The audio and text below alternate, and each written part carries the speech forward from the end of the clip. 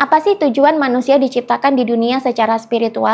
Kalian yang mengalami kebangkitan spiritual pasti pernah dong muncul pertanyaan, sebenarnya buat apa sih manusia diciptakan ke dunia ini? Secara biologis, manusia menduduki puncak rantai makanan di bumi. Itu artinya manusia juga berpeluang menyebabkan kerusakan di bumi jika tidak punya kontrol diri, karena tidak ada lagi predator di atas manusia. Itulah kenapa penyebab bumi rusak paling utama juga karena ulah manusia sendiri. Jika manusia hanya merusak dan berbuat kejahatan, kenapa sih manusia diciptakan ke dunia? Secara spiritual, sebenarnya manusia diciptakan itu untuk menjadi khalifah atau menjadi pemimpin di bumi. Ini sudah banyak dijelaskan dalam beberapa agama-agama kuno, mau itu Islam atau Jawa kuno sekalipun. Fungsi manusia diciptakan itu sebenarnya adalah untuk memimpin dan mengelola planet bumi ini. Kenapa sih tugas ini tidak diberikan kepada makhluk hidup lain? Dalam ajaran tasawuf, sempat dijelaskan bahwa setiap galaksi, setiap planet, dan setiap bintang itu memiliki khalifahnya sendiri-sendiri. Kebetulan di bumi, khalifahnya adalah manusia. Manusia dipilih karena manusia memiliki kesadaran dan juga akal budi yang bisa membedakan antara yang baik dengan yang buruk. Manusia adalah hewan yang bisa berpikir dan memiliki kebijaksanaan. Itulah kenapa manusia tidak hanya membawa otak reptil dan otak mamalia saja dalam dirinya, tapi juga ada otak manusia modern atau neokortex yang memungkinkan manusia untuk berpikir secara bijaksana dan memiliki free will. Sedangkan pada hewan, mereka hanya bergerak dan hidup berdasarkan insting kebinatangan mereka saja.